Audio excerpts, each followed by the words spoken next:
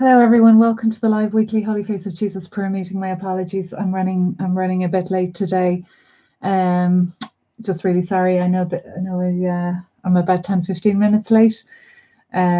Just mistimed it. It's my own fault, no excuse. So apologies. We're here every week, in and around this time, really, anytime between about 3:30 and 4:15.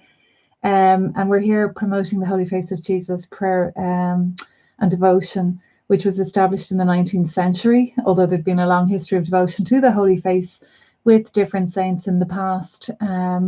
If you want to listen to a full talk on the Holy Face, you can scroll down the Facebook page to our pinned post, our fixed or permanent post, which has a talk on the Holy Face. There's a picture you can click on of the 20th century mystic, Blessed Maria Pierina de Micheli.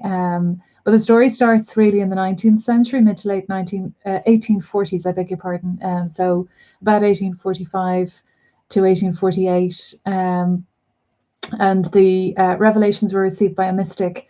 So her name was Sister Maria of St. Peter. She's an unsung hero or heroine, whichever you want to say.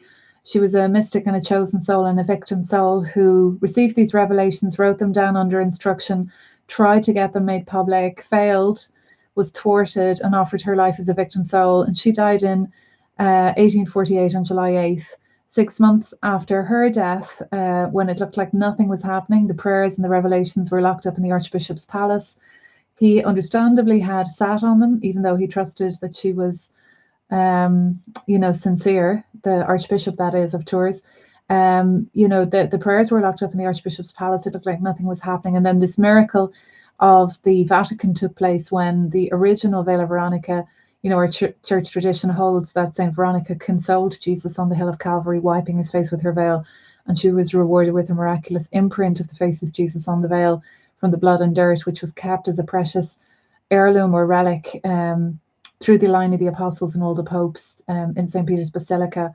And with the passage of time, we know that miraculous image faded, but it's still venerated, and that relic and brought out on special occasions. But this was one such special occasion. So it was the Feast of the Epiphany, January 6th, 1849, about 6 months after the death of that mystic in obscurity, that hidden soul, Sister Maria of St. Peter, over in Tours in France. And here we are in 1849, 6 months later, in St. Peter's Basilica, when the original veil of Veronica, the now faded veil with the passage of time, was brought out for further veneration as part of prayer vigils across Rome at the command of the Pope, Pope Pius IX. He'd had to flee for his life very dramatically, dressed in disguise as an ordinary priest at night. His own life was in danger, and there was a risk that he could be kidnapped and used for political purposes. So he'd fled Rome, he'd fled the Vatican, and gone to Gaeta, fortress town on the Adriatic coast in Italy. And there he stayed, and would stay for 2 years until he felt it was safe to come back. And in his absence, he asked for prayer vigils across Rome, that the turmoil and the violence would settle. It's arguable that his prayer wasn't answered, but what did happen was this great miracle. God works in his own ways, of course. And so this miracle took place when the original Vela Veronica was brought out for veneration as part of wider prayer vigils. And a second miracle took place, effectively, that lasted only 3 hours in front of the original veil, when Jesus' face, his head and neck only in his passion, appeared alive, transfigured, with the light emanating from the vision, which was directly in front of the original faded veil. And this was witnessed by thousands of people because they rang the bells of St. Peter's. People came running. It was said many wept openly. Thousands saw it. It lasted 3 hours. And the administrators or canons of the cathedral, in the absence of the Pope, informed him naturally. He was very encouraged and asked them to get affidavits or sworn testimonies, which they did, and also to sit those who were willing amongst the eyewitnesses with selected artists who would draw what they had seen in terms of the miracle. And so there are different originals of what the eyewitnesses had seen that were produced, and these were then copied at the command of the Pope. And then they were attached to the 3 great relics that are held in the Vatican. One I've already mentioned, the Vela Veronica, and then the second, the relic of the True Cross, and the third, a part of the spear that pierced the side of Christ. three great relics: the veil, the spear, and the cross. So all of these relics, these copies of the original drawings, were touched to these three great relics, and then they were framed and mounted with a red wax Vatican seal Latin inscription on the back, signed at least by one of the cardinals, if not the Pope. In a practice that was to continue right up until I think about 1911. It's not clear why it stopped. I don't know why.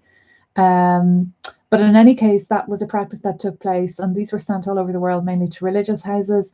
And two of them made their way back to the original Carmelite convent where that original mystic, that chosen soul, Sister Maria of St. Peter, had lived and died.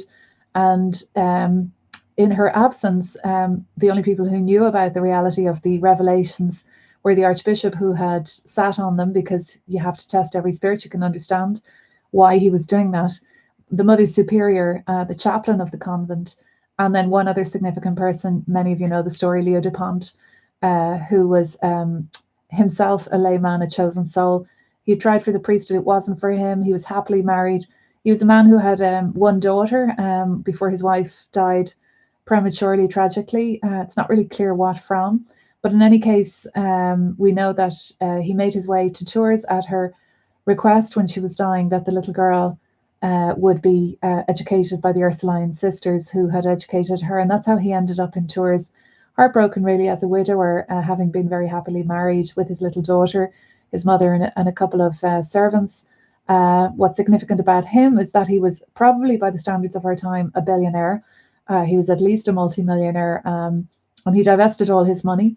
And he basically was just on fire for God. So anything he could do to restore the church in France that had been decimated after the French Revolution, although there were green shoots appearing, he did. And there's a whole history there in both the original writings of the first mystic, Sister Maria of St. Peter, and the miracles associated with the life of he's now Venerable Leo Dupont. Because he received one of these relics. He'd been praying that the prayers would be made public for about a 3-year period after the death of Sister Maria of St. Peter. He'd believed that her revelations were authentic. And there was nothing in the prayers against church teaching. He was allowed to pray them privately. So he received one of the relics that made its way back from Rome. He had been praying that the prayers would be made public. He started praying the prayers in front of his copy of the relic. He saw it as a confirmation, really, that this great miracle of the Holy Face had taken place, and he knew about the revelations of the Holy Face that were hidden. He had been shown them as the trustee and patron and business person for the convent. And so when he received his own copy of the relic 3 years after Sister Maria of St. Peter's death, and in I think about 1851, he was inspired to burn an oil lamp perpetually in front of his relic. And he wasn't a man who stood on ceremony. He didn't care about human respect. He was always prepared to break the mold.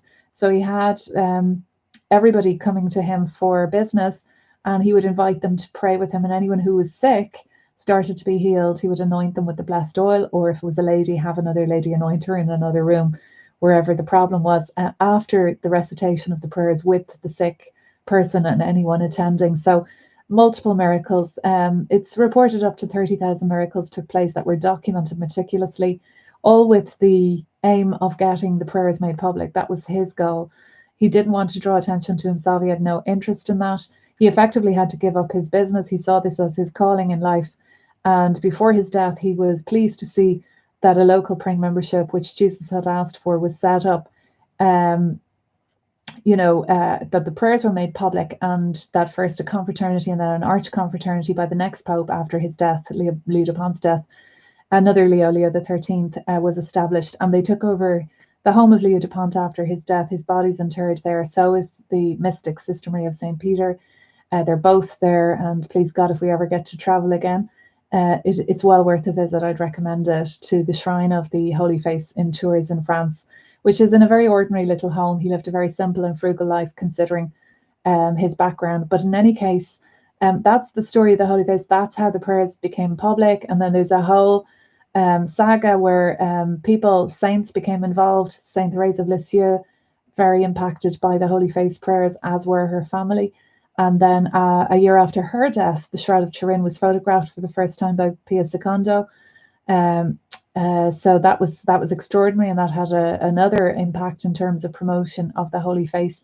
And then that mystic, the 20th century mystic that I mentioned, Blessed Maria Pierina, she actually has been beatified by Pope Benedict in 2010. She's the lady who was a genius, who received a miraculous healing at the beatification ceremony of Therese in the 30s, I think. And then she also herself had a series of revelations that she wrote down, and was responsible for the medals of the Holy Face and for the novena of the Holy Face up to the feast day of the Holy Face, which was Shrove Tuesday, the day before Ash Wednesday every year. And so we're promoting that feast day as well every year. It disappeared from the latest missal, and we're hoping that that it will be rejuvenated, as it were, back to its position of glory. I know from speaking to the nuns that were associated with that 20th century mystic in Rome. These are the Daughters of the Immaculate Conception of Buenos Aires. They're a teaching order based in Italy, and obviously Argentina and other places.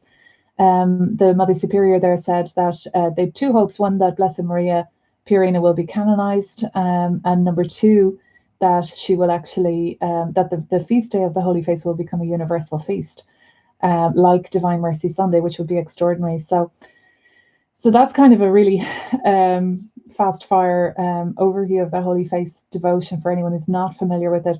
But you can listen at your leisure to a longer story of the Holy Face if you scroll down the Facebook page, and I'll try and get the story up on and we have another video as well that's really good on the story of the Holy Face and on the developments in promotion of the Holy Face. I'll try and get those two videos up on YouTube as well.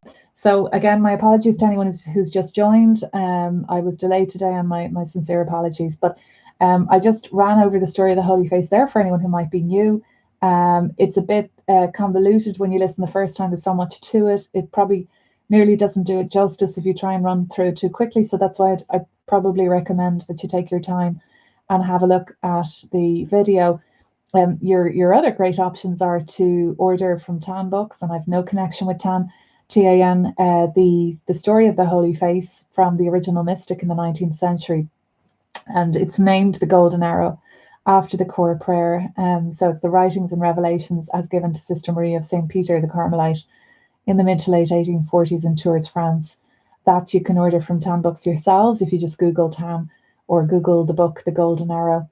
I'm sure they're selling it on Amazon. And unfortunately, the book by Dorothy Scallan, Scallan, so Scallan, on the life of Venerable Leo de Pont, the Holy Man of Tours, that unfortunately is out of print and we can't get Tan to reprint it. We just hit roadblocks all the time. But in any case, you can order it on Kindle for very cheap. I think it's about maybe $10 at most. It's a great read. I'd really recommend it. If you can read it on your tablet or whatever, or your Kindle, it's well worth a read. And it gives the whole story and the detail of the miracles, really, really interesting, and really kind of paints the character of Leo de Pont. So they're just some recommendations. I'm just